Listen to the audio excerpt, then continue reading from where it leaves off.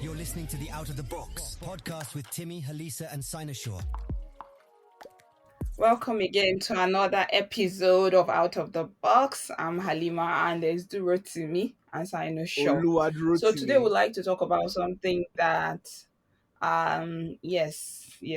But there are some people that would, Oluwa after there's a lot of I wanted to say Ifa Duro to me and all that because they said there's a lot that could go with that name, but yeah, we're not talking spirituality today. We're trying to talk about youth engagement in politics. There's this question about how the system is, right? Is the system rigged against the youth? That's one thing that I think we should probe, because I think we're in a time where we feel like the youth should be participating more in politics, but we're not seeing that happen a lot, and we see that the youth keep asking, for seats. There are people that would even say, this government are going to put more youth in position of power, like it's something like they're giving the youth something, or the youth are asking for something. Are the youth not supposed to be just taking these offices? And we are in a time where they're even talking about ministerial list, and a lot of people are saying, put the youth in power, put the youth in office, and all of that. So it's just a whole topic that we should start having conversations around, as it's actually also directly affect us. So yes, that's So, that's that's that's what we should talk about yes, yes, today. yes. Yep. So Yeah, so yeah, it's a very interesting topic. I think but then the question should be, is the system rigged against today's youths? Because most people would argue with you that youths have held power in Nigeria before at one time or the other. I mean, people who have led this country. I mean, the ex-president of this country and his sets. Those set of leaders, they all led this country in different capacities at a very young age. At a very young age, some of them in their late 20s. I think the ones that I can remember in their in their late 20s, they did lead Nigeria in different capacities. Some led in their early 30s. Most of them led in their early 30s and everything. But we do not see that happening today. And I know you mentioned about like ministerial list and some of those things. But for me, when I look at leadership, I look at it from like top to bottom. Like there should be no part of the spectrum that a young person, a young Nigerian, should not be able to aspire, towards like the presidency itself. I look at it like, why can't we have, since we've had presidents that were like in their 30s before in Nigeria, why can't we have, a 30-year-old president today? Why can't we have someone who is 35 becoming the president of this country today? So not just, as a minister, not just serving as a minister, or not just serving as maybe the popular one, special assistant. Is this special advisor or special assistant? What they call those things again? But I know that all of those essay positions that these guys get, that's like the maximum that many young people can aspire for.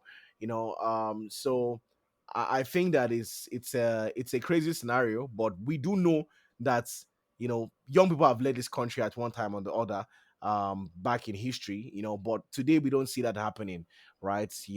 And it begs, it makes us ask a very huge question. Is this still possible? Is this system rigged against the young people that are out here in Nigeria? So yeah, that's what it is.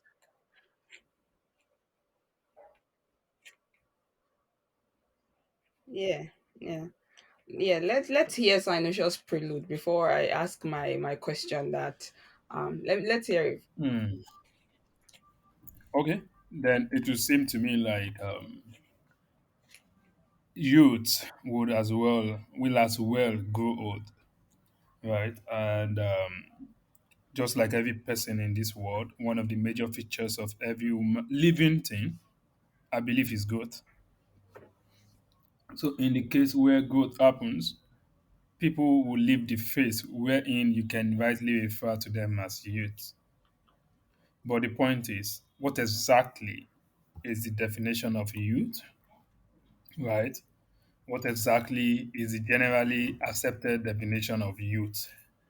And then when you look at that closely, one of the things that will come to mind is what the UN. I found the information on one UN website that was around 2020, thereabout. So they said that the youth, somebody who is moving from a state whereby they are dependent, right, to an independent person, to being independent on, I mean, literally being on their own.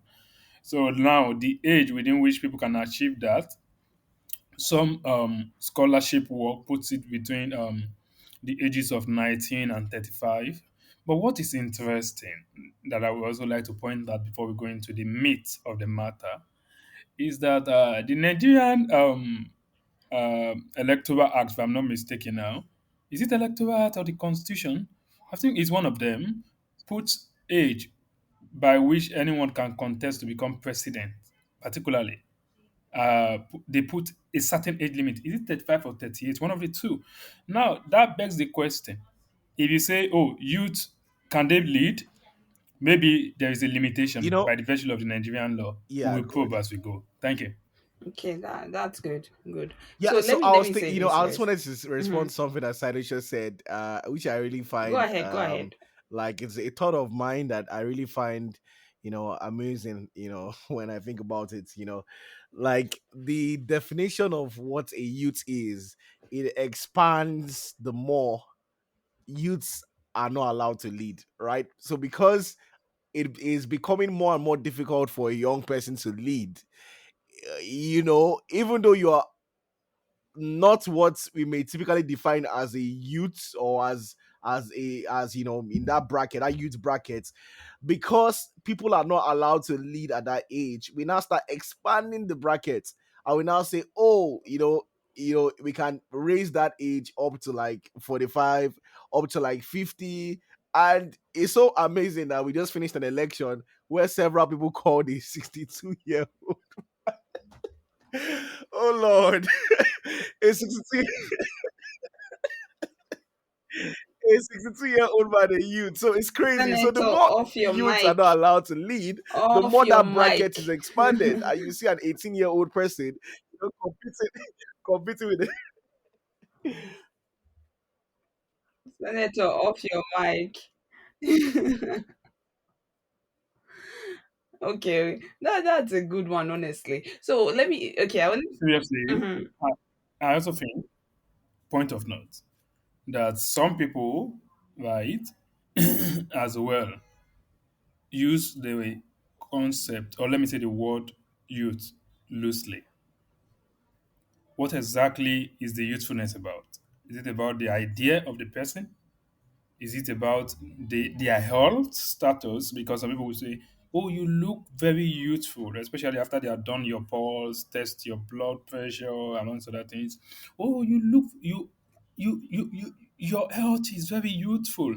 Some people, by the virtue of their appearance, they appear very youthful, but at the end of the day, that loose usage or use of the word youth in itself could be a problem. So I bet it's best in this kind of situation that we're in to limit what we intend to mention or perhaps to analyze by the word youth to the fact that a youth must be a person who's within a certain age range, or perhaps a person who's within a two particular phase of life, maybe teenage to adulthood. You understand? So the conversation should be such that is guided. If it's not, that loose interpretation of youth or youthfulness would eventually be the undoing of this whole episode. Yeah, I just yeah, thought to bring that up. yeah. So I want to ask a question, right? How do you know So my I want age? I know your ages, so I know your youth. No matter if no, from all strata, from your age as far when you were born and from the way you think, I believe you're youth. So so during the campaign, right, for for the presidential election that has produced a president Tinubu. This is like the first time I'll say that, like, President Tinubu. This Tinubu said that let me ask you this, just like try to pay attention. I want to hear your initial like reaction to it. When he said power is not served a la carte, did that trigger you? How did you feel about that as a youthful person that would maybe vie for office, or that probably would know people that would be interested or would do better Well, jobs being in those positions? for me, What did it's that not do it's for not you, a big deal. It that didn't move me because statement? I already know that. I think I know that nobody's gonna come to your house, knock on your door, and say, "Oh, I have a delivery for you." Oh, power, take power and come. No, it's not about that. I think if you want power, you're going to have to fight for it. That's just the truth.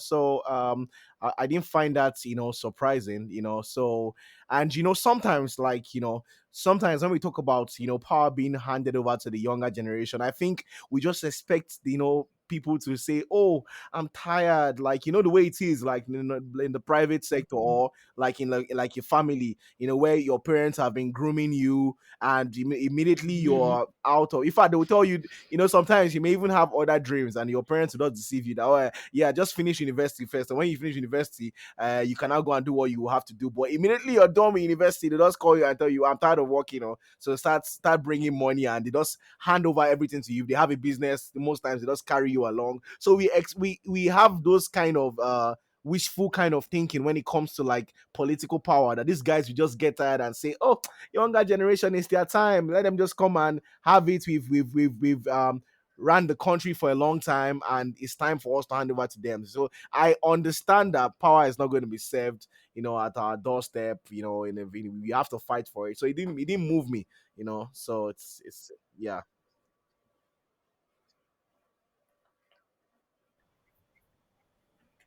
Yeah, but I beg to differ. Just like I have said in the past, the best tool in the hand of the wrong person would bring forth bad results. Let me give a very good instance. The statement in itself might encourage people to put in effort when it comes to getting political power. But now, in the hand of a crook, that kind of statement, or that kind of inspiration, if they draw inspiration from that kind of statement, could mean the loss of life for a lot of people. It could mean maul them. It could mean kill them. It could mean torture them. It could mean a lot of things. Meanwhile, in itself, the author of that statement might not have intended for it to be used in such a brutal way. So when he said it, I was concerned. And my concern goes beyond the fact that he said it. It were spills you to were the you fact that were a you lot were of you people who might were not be you able to properly kind of conceptualize it like and who conscious supports about him, the statements because right? of the person that is coming from and the audience, his audience?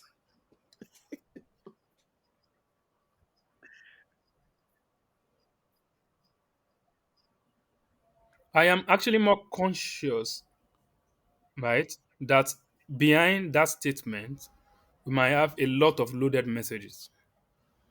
I am very conscious because I know that civic education is still extremely low in Nigeria, and then people are in such a place whereby they think ordinarily that attaining political positions requires bloodshed, right? So at the end of the day, if you throw that kind of statement out, right, for someone like yourself, Timmy, it could mean, okay, let's put in more effort, more boot on the ground. Let's go to our local constituencies. Let's talk to people the more. Let's remind them of what we've said in the past. Or let's organize this on Facebook Live. Let's do Instagram posts. Let's do that. Let's do this. For some people, it means get your machete ready. If they are not going to vote for us, they are not going to vote at all. So that's why I think about it, particularly the access to threat of violence, right? The level of access to threat of violence that anybody has, right, would also influence how anyone who is listening to them would interpret such statement. And then when you say you drag it, you hijack it, you do this, you do that, and everything is so active in such a way that it sends a message like, oh, something is beyond what is being said, that is not currently being said, so to put. So, I mean, it could mean anything, but it's a dangerous, or let me say, slippery slope, so to put. Yeah, for me, that when I heard that, I felt like it was a challenge, right? It was a challenge for youth to actually. I mean, when you hear it, I'll be like, oh, okay, I can see what you're trying to say there, and of like you said, it could mean, because me, I usually would think that you're talking to different people, like who he's talking to is probably different, but the person that's receiving the information, personally, I thought it was a challenge to youth to think, oh, actually, this is what he's saying is true, because at the end of the day, young people, they are a very large majority among the people that are voting. If youth alone and maybe women that I think actually participate actively in elections, if they could just come together and they channel their energy towards a certain candidate that they thought is youthful or is a representation of who they are, they could actually take power. And even take power kind of sounds somehow, but that we use it, and I think a lot of people understand it that way. So I just felt like it was a challenge, but that time it wasn't even as harsh. It was just harsh in the cloud until the election came and we saw how it played out. But yeah, so this whole conversation about youth in politics is usually, before, I mean, these days I used to feel like just have the right ideology. I don't want to be so concerned about your age. But we can't deny that when someone is younger, maybe the The, person the the person person would has be more able years to on this earth, maybe right? showcase more So that's why political me, I would willpower rather in support a younger executing some person, things. But because when you are yeah. older, you know that although some people can argue otherwise, into flipping this ideology around and using it to suit their own narrative. But I feel like, number one of the reasons why I would rather support a youth or younger person, right, for any political position whatsoever, there are several reasons. Number one, I feel like you are you are going to be here with us for a very long time, right? So if you make any stupid mistake, you're going to live long enough for you to reap the consequences, right? That's one. Secondly, like you said, it also relates to political will, because young people go through a lot of things, right? We go through a lot of pressures. We are the group that feels the brunt of the hardship the most, right? Because when you're young, you have lots of dreams. It's different from when you're actually, like, on the older side of life, where you've accepted there are some things that you failed at, and you've accepted that, well, I failed at this thing. We know young people need that room to breathe, need that, they need a lot of they need an enabling environment. So we are the ones that feel the brunt of having a negative society the most, or having a society that does not provide you that environment that you need to thrive, right? So if a younger person is there, they will definitely have that, desire to fix things, right? So again, a lot of these ideologies that are still causing problems in Nigeria today, especially when it comes towards tribalism and religion, and many of these other outdated not to say your tribe or your religion is outdated. I'm talking about some other primordial sentiments that people still hold on to, right? I used to feel I that and emphasis on used to, because this last election is now proving is now doing me one time one kind that this thing has passed on to my own generation. I feel like there are struggles of our great grandfathers and our fathers, and they shouldn't really come to our generation. So I felt like the generation where you may find the most detribalized and open-minded people that will be open-minded and receptive towards other people's religions, and though their ways of life will be amongst the younger generation. So there are so many reasons. I can keep on going on and on, because I'm actually a pro youth person. I don't care. I know a lot of people will say, oh, even youth can mess it up, but me, I'll rather a youth even messes it up. You understand that? Because these people who have messed it up, they've done their own. Let us do ours. Give us chance to lead. And younger people have fresh ideas. They have new ways that they want to try things. And when you give young people opportunities, the whole economy opens up. When you give young people opportunities in business, even in like the private sector, when you give them up, they open up everything. They open up the whole thing, and they transform the whole place, into what it should be, and they bring in new ideas. So I feel like young people have those ideas, and definitely I'm definitely going to, you know I'm definitely like full-time pro youth, but it is what it is. Currently it's not looking like young people. I think the young people are being choked, really, in the Nigerian political scene. I feel that's what's going on right now.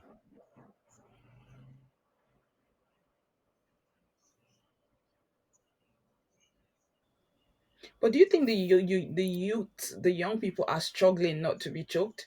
Like you said, I think there a lot of people have already bought into this school of thought that you have to go through some rigorous underground work before you even try to aspire. I don't know if it's a self-esteem problem.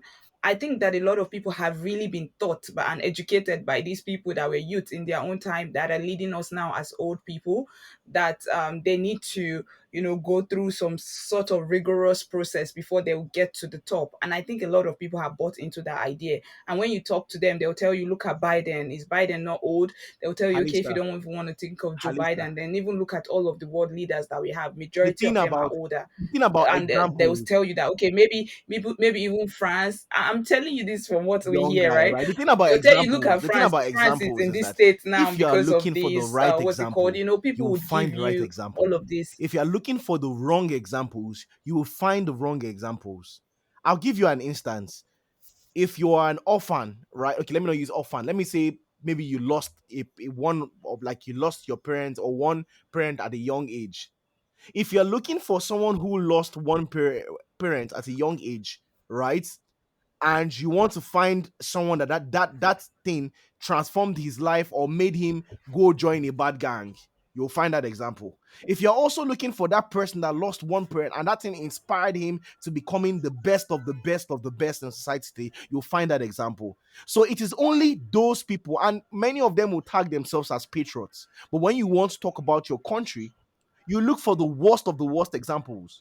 I mean, Biden, look at, he's embarrassing himself. This guy trips, I have nothing against old people. I feel like at that age, you should be resting with your grandchildren. He's embarrassing himself. He's forgetting most of the things that he needs to say. He's calling people different names. He's addressing people that just died, and awakening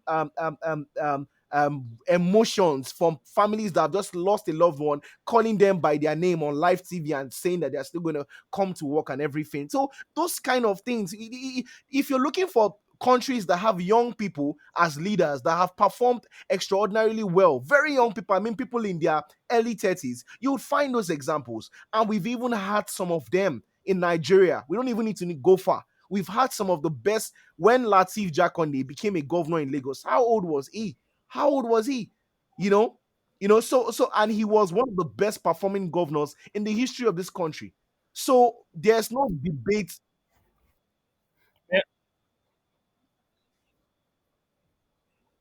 May, may I chip in something for context? Because oftentimes we are in the course of this kind of conversation, right? And then we perhaps for one reason or the other leave one very important aspect out. When you want to discuss the youth in a public setting, in a discourse, I think it is pertinent for us to look at youth in the different form that they can exist within the political climate. There are youthful people, right? Like I said earlier, of course, that's using it loosely. But there are people, right, who are youth but are being financed by people who are elderly people to become their so those guys could become their grand patron, or let me say godfather, like we use it. And then there are youths whose parents, right, are elderly people, right, but they felt politics in itself is a business that they can do and make proper ROE, return on their investment. And then there are youth from humble backgrounds who have the competence to run positions, to make things work, to do things, those youth also exist. So if we take the conversation towards the line of analyzing youthfulness in a way that it becomes very parochial without capturing all these different perspectives, then we'll be doing ourselves a disservice. So the point is not like from coming from an humble background, right? Early in the 1950s, 1960s, right? How easy was it to become a political leader in Nigeria? Then now, 2023, how easy is it to move from humble background to occupying elective positions in Nigeria? So I believe if we introduce those nuances, pardon me, it will help us to drive home a solution-based discourse. Because at the end of the day, if you ask today, some people will tell you youths are not being allowed. Youths are being allowed. But the question is, the youths that are being allowed, what exactly does their family look like? Are they politically exposed families? I don't know. Maybe this makes sense to us, ladies and gentlemen. That's exactly a point that I would like you, myself, to include in our analysis as we go ahead. Thank you. Yeah, and it also looks like tokenism, right? Because for example, they said a lady won a seat in Kwara State, and she's 26 years old, and everybody was celebrating it as if it's a big win. I understand from her perspective, and I appreciate that. Like, okay, yes, it's a good thing. Let's know it's a good thing in itself, maybe for her or her community or whatever. But it looks as though they would just put one youth. It's like the way you put one maybe one female somewhere, or one just for representation, just to show one. They'll put one maybe different looking individual there to show, okay, we are very inclusive, kind of thing. So I think that the conversation, the way people were even celebrating it at that point, if you remember, people were celebrating that, oh, this political party, they are the first to have a woman that's about to win an office, they are the first to have a youth that's about to win an office, and da da da da da, that youth are actually actively participating, when the youth are actually the majority population in providing electoral value, to the particular system, but they were celebrating it. So I was just like, we're just looking at tokenism. That's where it even exists, because there are some places where it doesn't even exist. We're not even seeing any signs of youth even trying to do anything that looks like that. And you made a very good point. Like, there are some youths that are being financed by, some godfathers, so they are not exactly serving the purpose of what of the purpose that you think that a Nigerian youth in political office would serve. They would still be serving that system, that system of there's a word that I'm trying not to use, but it keeps popping onto my head. But if I end up using it, because they are still, the old people are still human beings, they are still alive. So I'm trying to not dehumanize them or make it look like, they don't have anything to offer. But like I said, this particular, it depends. But this particular system, there's no way that it has rewarded us. Some people will be asking you for facts, but you're like, if we've been here 60 years without moving forward, or if we've been here since 1999, without really moving forward, then I think that's fact enough to tell you that there should be some shock, to the system. There should be some changes, and we're looking like, okay, the viable solution would be new, fresh ideas, and who should have that? It's the youth, right? So yeah, I feel like this is a topic that we need to expand and go to the point of, okay, who are the youths that have participated in office? What are their challenges like? Why is it such a case for them, for youth to actually like be in office? And one of those reasons would be like funding, things like funding, or things like getting support, things like projecting yourself on the right platforms. Because right now we've already projected some political parties as the main political parties opposing Yeah, themselves, the even though we same. understand that their They're not similar, ideologies they're the same. are probably very similar. So we don't even see why they both should be opposing each other, right? Yeah, exactly. Exactly, and we know who are already like sitting in front of those seats. It's not the youthful people. So there's a lot of things that need to be done. There's a lot of people that we even need to hear when it comes to the conversation. There are people that have been in the system that could share more light, right?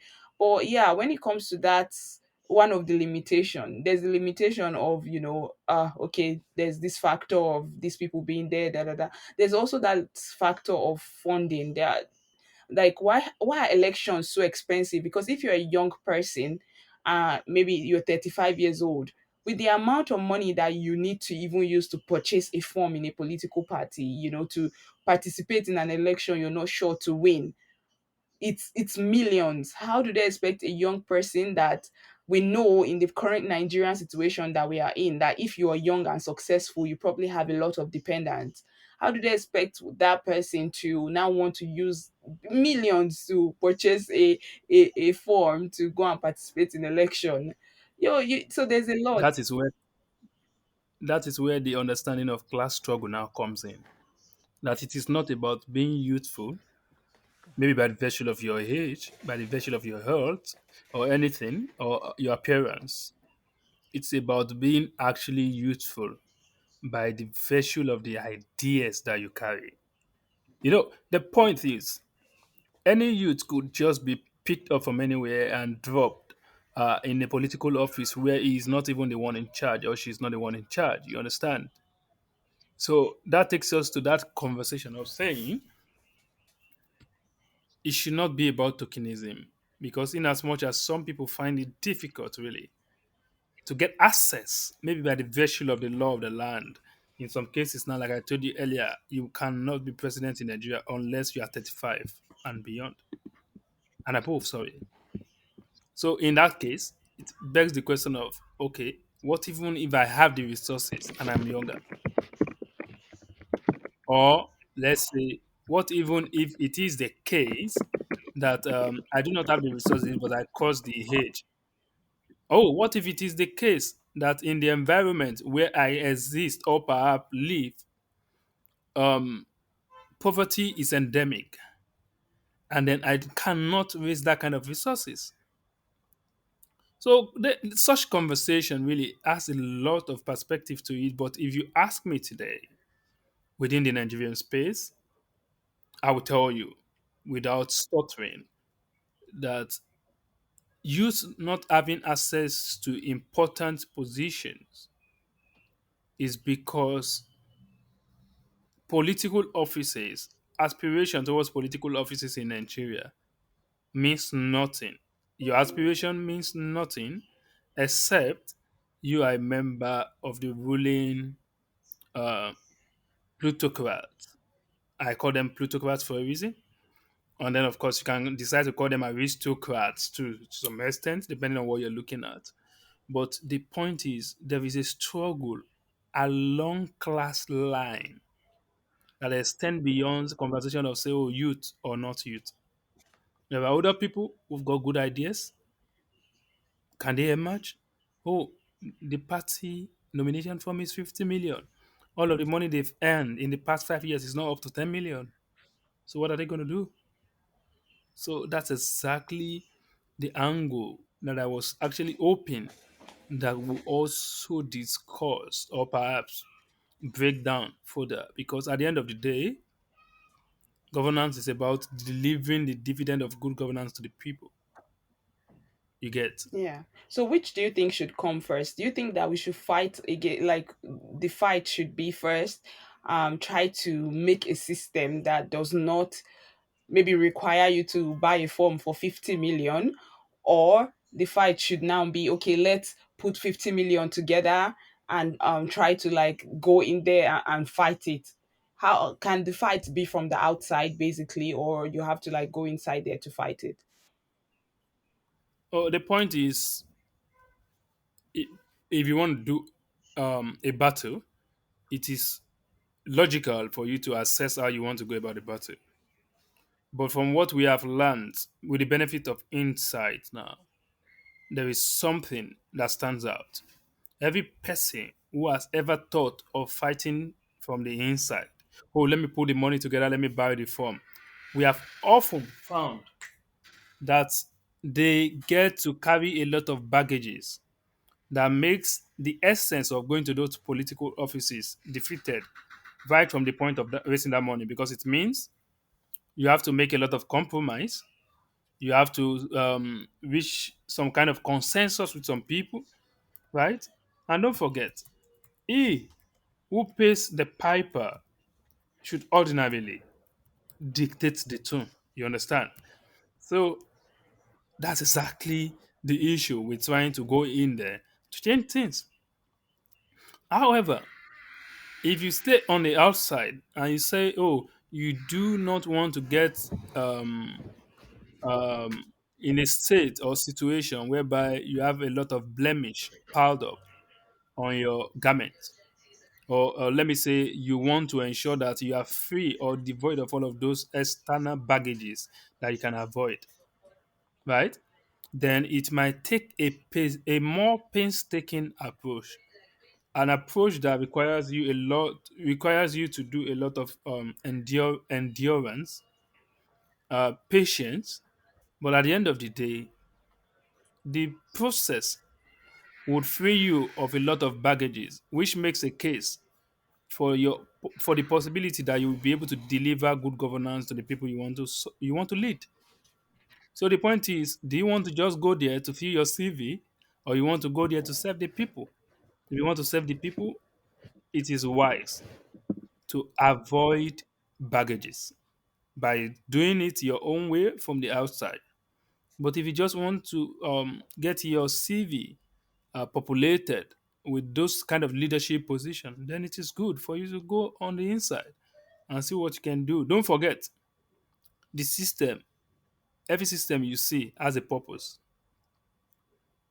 That's exactly where we rest. To be honest, I think that argument comes up all of the time, but I would say that there's no way that you can function in that system. It's just the truth. It's the bitter truth. You can't. You. It's not like these guys that have been there don't have brains or don't. I don't know about political will, but I'm sure everybody that goes into that office wants to, do. The fantastic thing about politics and governance is if you do something positive for the people, especially in a country like Nigeria, where the Nigerian population, the barest minimum is what they expect from their leaders. When you do something, just something light, like Fouls, the bad guy will call it something light, you know, these people will praise you and sing your praises for generations to come, right? But the truth is that like there's that argument, like you rightly said, that you have to go into that system because many youths are not. The truth is that in our generation, many youths are not ready to pay that price. And by paying that price, I mean trying to function outside these people who have led this country and led it from where it's supposed to be, you know, down into the trenches. They are not ready to start something new. You know, currently, the current crop of leaders that we have today some of them are people who rejected the military at that particular if you look back into Nigeria's history, even the current president today, you know he participated in one way or the other in struggles to transition Nigeria from a military led government to a democratic led government. But the thing is, what we see today is that many young people are not ready for any, they don't want to create anything new. That is why, even in 2023 elections, when it was an opportunity for the youth to actually take it, to grab it, to steal it, many of them still went back and submitted the power to this or should I call them the oligarchs or these people, these godfathers. So, like you've rightly said, Sinoshaw, it is almost and I just you're not. I think you are not trying to be so blunt today, but it is almost impossible for you to deliver when you operate in that particular system that has ruined us And a lot of them, they make that argument. Oh, I can't, I all these other smaller parties. They will even join in calling you, even saying, oh, it's mushroom political parties, and they feel like they are among. But like Halisa always says, people need to recognize where you belong, because you are not among, even when you feel like you're among. So we want a situation where young people can take any position, can lead any role in any capacity. So it won't be like, oh, you have to join them. First, you have to start from holding their bags. When you hold their bags, you be a special advisor. Halisa mentioned the most important factor, which is money. And this is why I feel like the system is rigged against young people. Money. A whole lot of young people don't have access to finance. They cannot finance the what Nigerian elections demands from them, right? So that money, that the issue of finance that Halisa mentioned, is one massive issue, right? And we need to be able to solve that problem in one way or the other. Elections are too expensive for young people in Nigeria. Where do you expect a young person who is not the son of a billionaire to get 50 million naira to purchase a farm, to get 20 million naira to purchase a farm? Where are they going? Given that that is just a nomination form, we still have other things that they need to pay for campaigns, elections, and the process is just too cumbersome. And I'm sure we're going to have like a second part to this podcast, and we're going to bring people who have participated, try to get into office, and they're going to share their experiences. Sometimes the reason why elections are too expensive doesn't just end at the political party itself. It also emanates from um the demands of by people, out there on the streets, when you're going to campaign and everything. It's just a whole lot, really, and that's what it is. Hmm. I mean, this topic, this conversation, I feel like is broad, but at the same time, I feel like I don't know if it's a matter of self no, it can't be that simple. I just feel like the system is formed in such a way now that I don't see a lot of unionism, if that's a way to put it. Like, a lot of people don't, I don't know how many times many people have come together to achieve something.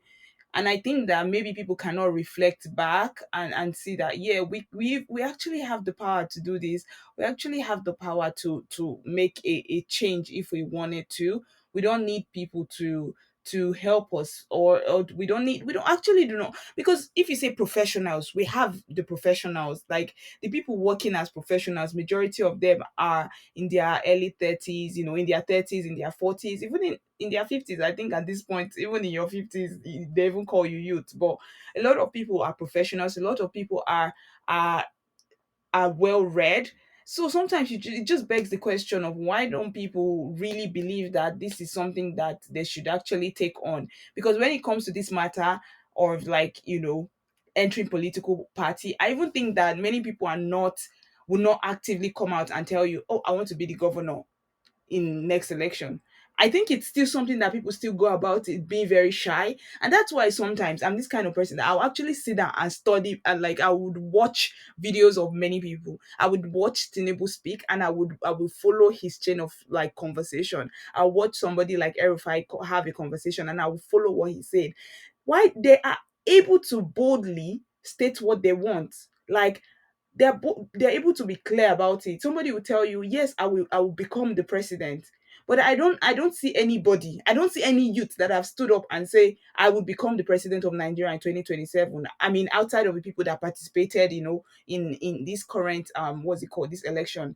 So when you see all of these people, how they move and how they set clear goals, and I feel like they even are even more ready to fight. Like, the older people, they are even more ready to fight, and they're ready to like stand for that power. Maybe because they have backings. Maybe when you have a lot of backing, you have money, you might just be a lot more confident to talk about these things, and you have the systems in your pocket, you have the institutions at your backing you. So maybe that's what gives them the audacity, the voice. But I don't see a lot of youth and a lot of like coming out to like declare that I actually want this political power. It could also be because like I mean, political office. It could also be because, like previously, anything political office looked very, very icky. It looked like it was not. It looked like, okay, this position is corrupt. There was something about like running for office that was not nice enough to say and like attach it to yourself as an ambition. Right. So I think even right now, many people are saying young people are becoming more political. Young people are now actively involved in politics and all of those things, all of those rhetoric. So I think there's a lot of conversations around why young people are not. Young people are now active in politics, but not yet for themselves. They are now active in politics, of which, when we even say that young people are now active in politics, I always want to dispute that, because yes, they are more active on social media, right? But I don't even think that is the case, because in 2015, who were the people that voted Buhari? Were they old people? No, they were young people. Young people campaigned for Buhari, and we can still point out some of them who were the key campaigners, because we now have more social media influencers now, right? Because we now have more celebrities than we had in 2015 and in 2011. It doesn't mean that young people have not always been active in politics. The people who delivered democracy to Nigeria, they were young people, right? They were active. They went out there, they voted, right? And from my own perspective, when I voted in 2023, the elections, a lot of young people were playing football. A lot of young people did not come out of it. In my own polling unit where I voted, I still saw lots of middle-aged people, right? So I don't want to just conclude that young people are very active yet. Maybe the interest rate is increasing, and maybe we have what we have right now. Why we think that young people are more active now is we have new mediums of communication. Like if you go on Twitter now, we now have Twitter Spaces. We now have Clubhouse, where people can, before you have to call a radio station, and before you get through to that radio station, you have to be like it has to be a lucky day for you to get through. But now we now have a medium where people can communicate, where ordinary people can own the conversation. So we have more technology. But what I'm trying to say, and why I brought it in, was that young people are active in politics, but not yet for themselves. Many of them still see themselves as subjects. They don't feel like, imagine I want to support Sino Show as my presidential candidate. Like, we had a young guy that ran for the youngest presidential candidate in this election. I think it was about 38, Professor Christopher Imolen or something like that. you know Maybe we should even try and bring him on this podcast, next series. So he was there, but a lot of people did not take him serious. Like, they were still rooting for, they were just saying, like, you were telling me to off my mic before, but people were still calling a 62-year-old man a young person. So is it that we don't feel like we can do it? Like some questions that you've asked, and I think, like you said, it's a very broad topic, and But most you made likely a to be very good addressed point. in Like, the. there, young people are involved in politics, but not for themselves. That's a very solid point. But the thing is, like Sinosha also hinted previously, that it's a class struggle, and I've been trying to say it any opportunity I get.